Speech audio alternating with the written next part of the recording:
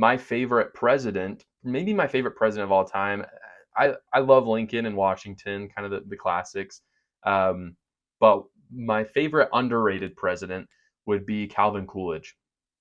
And there's two reasons. So the main reason why everyone liked Calvin Coolidge is because of laissez-faire economics, which is kind of his economic policy where he just kind of took a hands-off approach, let business do its thing, and for the most part during that time they enjoyed unprecedented economic freedoms um, and were very blessed and had abundance. So that's awesome, and a lot of people like him for that. But what I loved about Calvin Coolidge in reading about his history is that he was kind of the last president that we had that was not a celebrity president.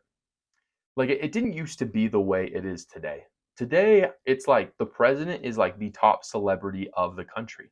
And it's been that way for a long time. I mean, you think of JFK, Ronald Reagan, Donald Trump, obviously, even Joe Biden. These are like celebrities to us. We worship them, we hate them, everyone has an opinion about them.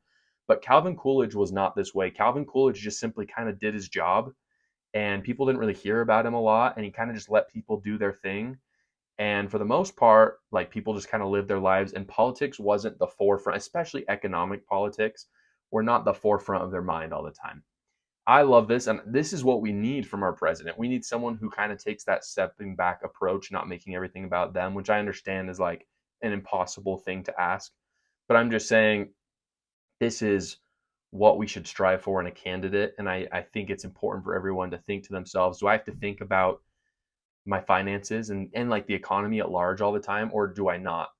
Because people really shouldn't have to think. They can think about their personal finances, and I think that's important. But should individuals be nervous about the economy?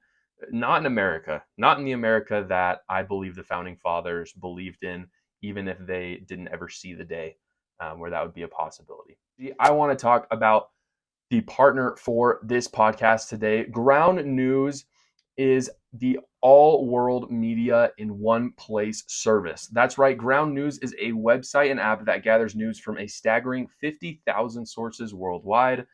What sets Ground News apart is its ability to show you how breaking news is being covered across the political spectrum. It's like having a front row seat to the diverse perspectives of the world. With Ground News, you can easily compare coverage from various outlets and get a complete picture of the story. But wait, there is more. Ground News goes beyond the surface. Through data-driven analysis, it provides you with insights into the political bias, reliability, and ownership of news outlets. With my link down in the description below, you will get 15% off from Ground News. Right now, subscriptions run from literally like $1 a month. This is something that you guys need. I use it for a lot of my videos because not only is it important to know what happened, it's important to know who reported on it and why. My favorite feature of Ground News is it tells you who owns the news source, so that you can see if there's a certain thing on maybe green energy, for instance. Is that newspaper owned by George Soros? So you can see what the political biases behind it. Again, go to my link down below. You'll get 15% off. It is a great service.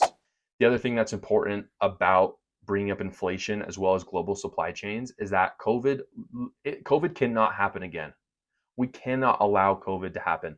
Like this happened because of COVID. There are obviously some liberal policies that got put in that really screwed up inflation, especially passing these crazy infrastructure bills that tacked on all these ridiculous. I mean, I think the infrastructure that they were asking for was ridiculous in its own right, but the other things they were adding into these bills were just crazy and brought inflation insanely up. But that aside, COVID cannot happen again. Like I was pretty moderate on COVID at first. Um, I tried to wear a mask. I got vaccinated. I was very like trying to do my part. I was in a little bit of a different situation at that point because at that point I was a missionary, and so I was talking to a lot of people. Like I was out, and so I was trying to be safe for myself, but also others because I was visiting a lot of elderly. But and so I was moderate at this point. At this point, I was moderate, but now understanding the ramifications just on the economy alone, we're not talking about the social ramifications with our children, with the government taking authoritarian, like dictatorial rule over us during COVID with vaccine mandates. Just fiscally, we cannot do this again. It is too damaging to our country, and I don't know if he's listening. I don't want to offend him when I say this, but I have an uncle, and this uncle was this guy where he was not moderate. He put his foot down and he said no.